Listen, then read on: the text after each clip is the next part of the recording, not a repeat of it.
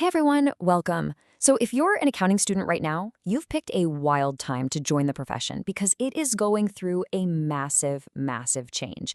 And that's what this explainer is all about, getting you ready with the new skills and the new mindset you're going to need. Let's dive in. Okay, let me ask you something. A viral campaign suddenly explodes online, calling for a boycott of a company because of its environmental practices.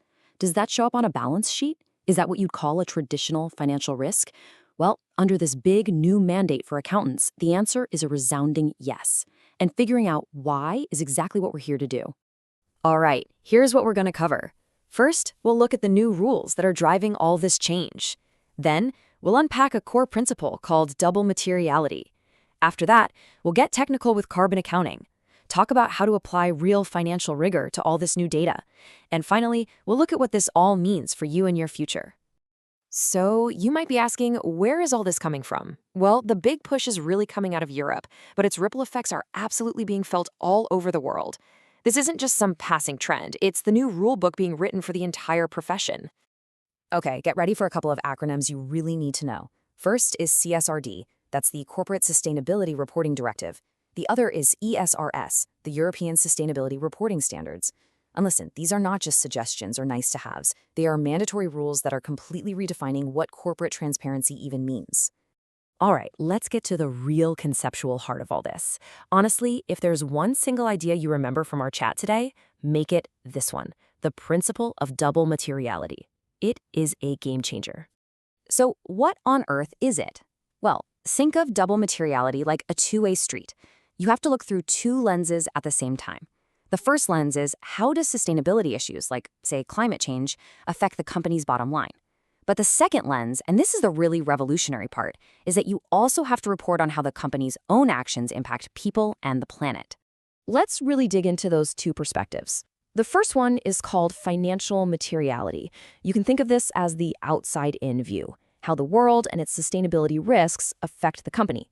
The second one is impact materiality. This is the inside-out view, how the company itself affects the world. And here's the kicker. Under these new rules, if something is a big deal from either point of view, you got to report it. And just ignoring that inside-out perspective, that's a huge mistake with some serious strategic risks. For one, you could totally misidentify who or what your company is actually affecting.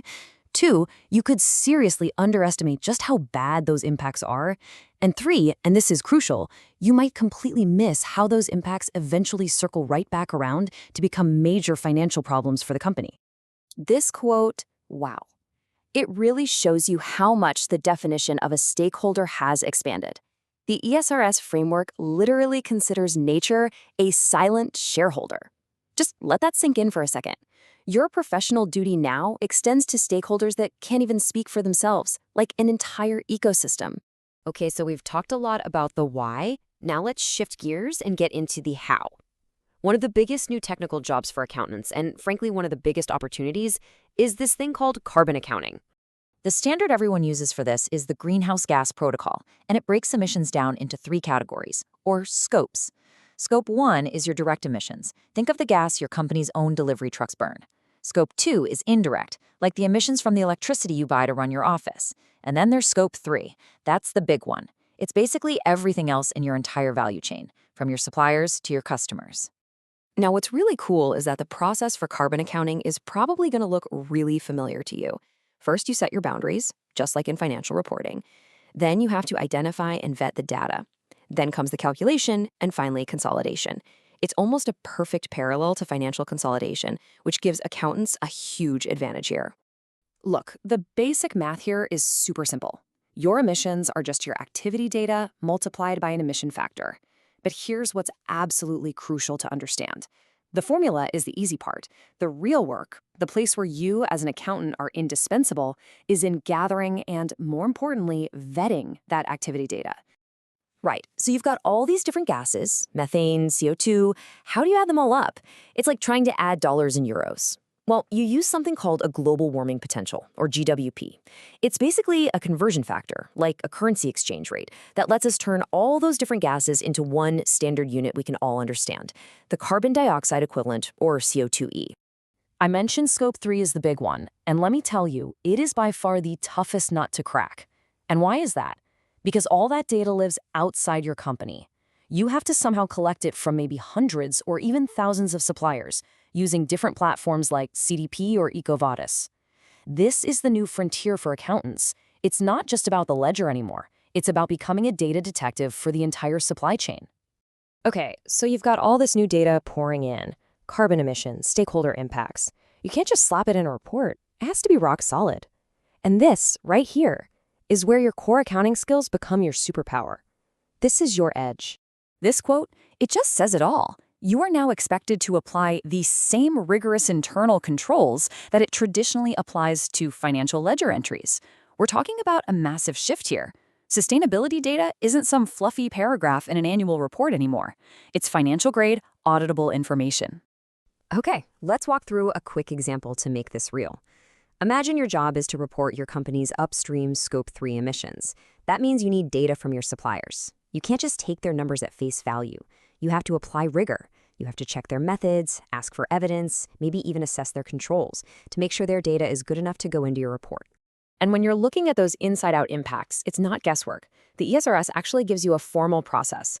You have to judge an impact's severity by looking at its scale, how big is it, its scope, how many people are affected, and its irremediable nature. Basically, can the damage be undone? It's structured, serious analysis. You know, one of the biggest hurdles is that in many companies, the sustainability team and the finance team barely talk to each other. They're like two separate worlds. Your job as a future accountant is to be the person who builds the bridge. You need to create clear lines of communication so that the things the sustainability team finds are always checked for their potential financial impact. All right, let's wrap this up. What does all this actually mean for you and for your career? Look, this is so much more than just learning a few new regulations. This is about a fundamental expansion of your professional duty, your fiduciary duty. It means your responsibility now officially includes managing risks and impacts for all stakeholders, not just the shareholders. So your main job, it's shifting. It's now all about connecting those strong internal controls you know so well to all these external risks and impacts you're uncovering through that impact materiality lens. You are becoming the guardian of this new, broader set of data. And this right here, this is your mission. Your future role is going to be about designing and restructuring workflows. You'll be the one making the case that sustainability reporting isn't some separate chore you do once a year. No, it's a core integrated financial process, just as important as closing the books every single month. So I want to leave you with one final thought, a really important question to ask yourself as you build your career. Is all of this just another annoying compliance task, another box to check? Or are we actually looking at the very future of what it means to be an accountant?